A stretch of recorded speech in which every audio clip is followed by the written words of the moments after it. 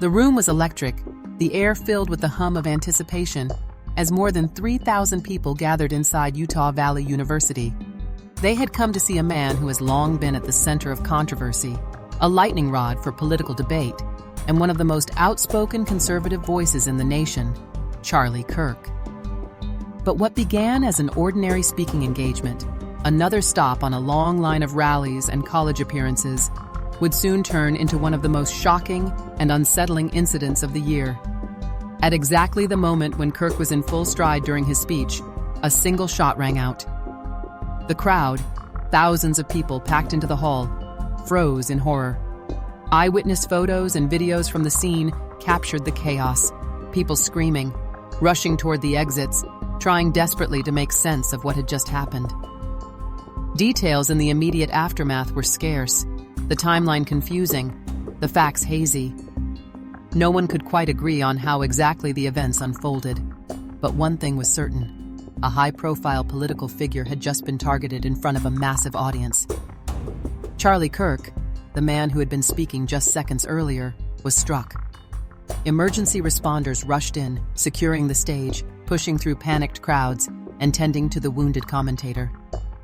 He was transported quickly to the nearest hospital, the flashing lights of ambulances cutting through the night. Then, in the hours that followed, came the devastating confirmation. The former president of the United States, Donald Trump, took to the airwaves and social media to confirm what many feared, but few wanted to believe. Charlie Kirk had died from his injuries. A political firebrand, silenced in an instant. The nation was stunned. How could this have happened? Who was behind it? And perhaps most critically, why? Those questions remain unanswered. Tonight, as investigators scramble to piece together the truth in a case that has already captured worldwide attention. As shocking as the attack itself was, the uncertainty that followed only deepened the sense of unease. Authorities were quick to secure the scene, but they have been far more cautious in releasing details about the suspect. We know that someone has been taken into custody. We know that the FBI, alongside state and local police, are actively investigating. But beyond that, the information has been sparse. And what we do know paints a troubling picture. The suspect, according to multiple sources familiar with the case, has thus far refused to cooperate with investigators. No confession, no explanation, not even a hint at motive, just silence. That silence has fueled speculation, theories, and a rising tide of political tension. To help make sense of the unfolding investigation, the news desk turned to one of the country's most respected voices on law enforcement and criminal justice, Jillian Snyder. An adjunct lecturer at John Jay College of Criminal Justice, a senior fellow at the R Street Institute, and a retired NYPD officer with decades of experience, Snyder provided critical insight into the challenges investigators now face. As the narration continued, the anchor framed her expertise for viewers at home. Security at large-scale political events, Snyder explained, has always been a delicate balance. On one hand, speakers like Charlie Kirk thrive on being accessible to their supporters, connecting with them face-to-face. On the other, the growing climate of hostility toward political figures makes every rally a potential target. In this case, the venue had been prepared for a crowd of around 3,000 people. There were security checkpoints, there were bag inspections, there were law enforcement officers present. Yet somehow, one individual managed to slip through, armed and prepared to carry out a brazen attack. Forensic experts, Snyder noted, will be central to the investigation in the days ahead. Ballistic tests on the weapon, fingerprints, DNA traces, every shred of evidence could help build a case. The suspect's home and belongings will be combed through meticulously. Computers, phones, notebooks, even scraps of paper can hold clues. In high-profile investigations like this, nothing is left to chance. Still, the lack of cooperation from the suspect is an enormous obstacle. Without a statement, without even basic answers, investigators are left to work backward, trying to reconstruct intent from physical evidence alone. Why this event?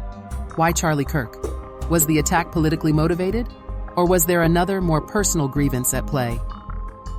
Political violence in America is not new, but each fresh incident shakes the national psyche. From rallies disrupted by protesters to targeted attacks on public figures, the stakes feel higher now than ever before.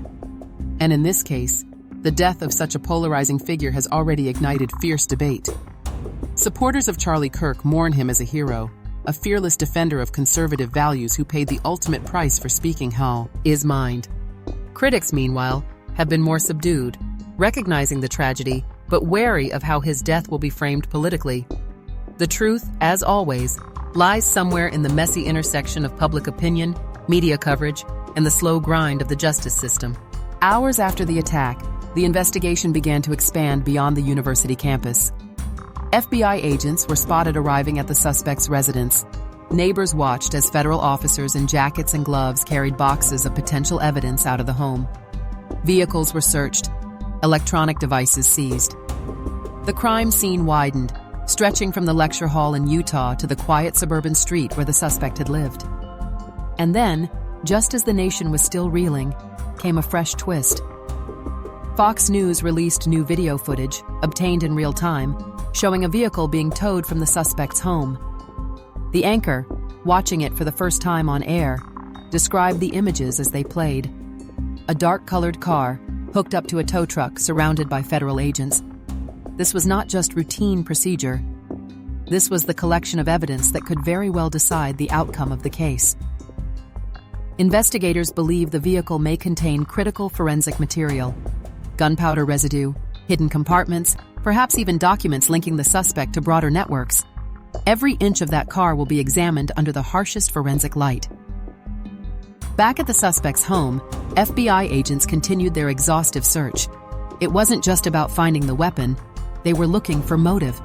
Diaries, emails, social media accounts, anything that could reveal why Charlie Kirk was targeted that night. The scope of the search made clear that investigators are leaving no stone unturned. And yet, despite all the manpower, despite all the resources being poured into the case, the suspect has remained tight-lipped. Authorities describe him as non-cooperative, refusing to answer even the most basic questions. It's a stance that may change once he appears in court, but for now, it has only deepened the mystery. What we do know is this: the suspect is expected to make his first court appearance in Utah soon.